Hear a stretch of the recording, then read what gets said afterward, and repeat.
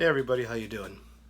My name is Brian Husar, and on my channel I talk about the things that interest me the most, which are the Beatles, movies and music and physical media. If you want to be surprised and you like any of those things, please click subscribe and subscribe to my channel.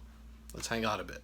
So Shout Factory just issued a new 4K UHD release of the 1978 epic saga The Deer Hunter, starring Robert De Niro. Robert De Niro, John Cazale in his last film, Meryl Streep, I believe her first film, Christopher Walken, who won for Best Supporting Actor. Powerful story about small Pennsylvania steel town, and a bunch of friends, and three of them go to Vietnam. And it's an emotional journey. If you've never seen the film, I'm not going to give stuff away. This was controversial when it came out because of the Vietnam sequence and the metaphor in that sequence. If you're gonna take a look at the film, the major controversy is the POWs are forced to play Russian roulette with each other for money. A lot of people at the time said it was fake, it was historical fiction, it was a fantasy that never happened. I think the point was much bigger than that in the film. But so it may be fake, it might not be fake, but the point is the emotional moments of this film still resonate with me. Robert De Niro's performance in here is one of the most underrated performances he has ever done. All you got to do is watch him and feel the pain on his face when he comes back, how he can't articulate his emotions, how he feels distant from everybody. Christopher Walken in a performance that actually made him a star. Not only that, it just shows his range as an actor in this film. No wonder why he won for Best Supporting Actor. So this film is an emotional film, not a pleasant film to watch at times, but just because of the emotional impact of the film. Directed by Michael Cimino, and as we know, Michael Cimino was a good director, but a bit of a narcissist, and controversy over ownership of the film at the time, who wrote what, who did what, and all that stuff. He did direct it, but who wrote the screenplay? He even created some myth about himself that it was based on his personal experiences as a Green Beret, which, lo and behold, he never was a Green Beret. But despite that, let's just say that he had a level of promotion. He was a showman, and was on top of the world with this film when it came out. This film won for Best Picture, Best Director, Michael Cimino. It swept the Oscars that year. And Michael Cimino then became a tragic figure with his next film, Heaven's Gate. Look all that up. That's several YouTube videos. Let's talk about this disc. Now, before I talk about this disc, let me just say that, and I was going to save this for a video later on. As much as I am a fan of the new 4K UHD Ultra High Definition Blu Rays, I don't feel every film needs to come out on 4K UHD Blu Ray. I think standard definition Blu Ray, regular Blu Ray, whatever you want to call it nowadays, is perfect. And I see 4K UHD Blu Ray and standard Blu Ray coexist perfectly. Not every film needs to come out. What we love about 4K UHD is HDR, high dynamic range, be it done with HDR10 or Dolby Vision. Even though it's not advertised on here, this is Dolby Vision because my player is Dolby Vision compatible and so is my television, so it decoded it as Dolby Vision. And we love that. We love to get the full color spectrum. But there can be a tendency to overdo it, which is one of the reasons why the Godfather films, in particular Godfather and Godfather Part 2, I don't think are ripe for a 4K UHD release. Just because, for example, the Don study sequences are dark. They're designed to be dark. There's no exposure in the black levels. And then you go to the wedding scene, which is designed to have overblown whites to look like old Anscochrome photos. And the restoration in 2008 done by Robert Harris proved that.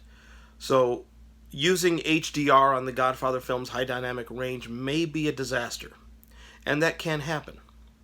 Which brings me to this new 4K transfer of the Deer Hunter. Not really a bad transfer. It's not a bad transfer, but it is problematic. Now, what I've heard from people who have projection, it's very problematic if you have projection. I don't have projection, so it's fine. And then 2012, Universal gave us this on Blu-ray. Now, this is really a good Blu-ray. Not much in the way of special features on here, but this was a really good transfer. So now, we have this by Shout Factory. Studio Canal Plus owns the rights to the Deer Hunter now. And from what I've read, this is based on a 2018 transfer they did in Europe. And Shout Factory earned the rights to distribute this in the US. There is improvement over a lot of the lighter scenes, color-wise.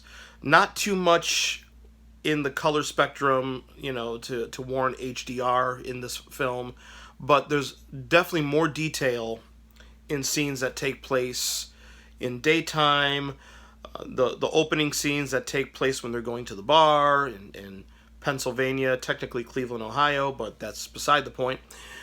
And the wedding scene, a lot more detail there. Where this has its issues is in the darker scenes. The Vietnam scenes, the scenes that take place in the hut when they are forced to play Russian roulette. A lot of nighttime scenes when later on in the film the De Niro character has to go back to Vietnam. And those scenes are supposed to be lit as if the streets are on fire, and that's the only light that's available. So a lot of shadow, and the shadow detail is very much lacking in this. Very much crushed blacks, too dark in places when there's more detail in the dark scenes in this. That's a major issue here. That is a major issue. Those black levels are too black. This is a situation where I think less could have been more, but instead they ramped up the HDR in scenes where the high dynamic range should not have been amped up. Do I recommend this?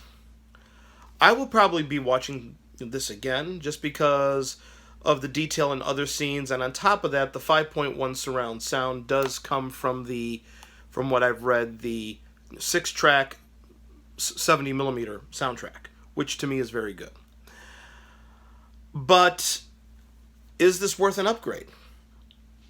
That's the question. If you already own this, I would say if you already own this, you really don't need to own this, because this is a really good transfer on standard Blu-ray. This is a really good transfer, and being the scenes that I felt were too dark, this has much more detail in your shadow levels, in my opinion.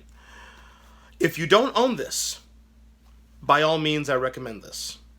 By all means, definitely go out. And on top of that, Shout Factory, I love this new painting Shout Factory gives you.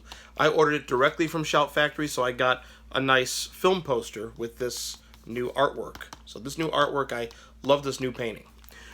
And also, I would say that just to support Shout Factory, because Shout Factory is a boutique company, I would love to see some more quality releases on 4K for titles that merit a 4K release. But I would say if you already own this, you really don't need to rush out and get this. But if you don't own this, because I think The Deer Hunter is a very good film, and even with the flaws in this transfer, I was still able to enjoy the film and have that emotional experience that I long for when I watch The Deer Hunter. So that's my take. Not worth an upgrade if you own the Blu-ray already. Go out and purchase it if you don't own it, because definitely you're getting more detail than streaming. That's my take on this. I'll talk to you soon.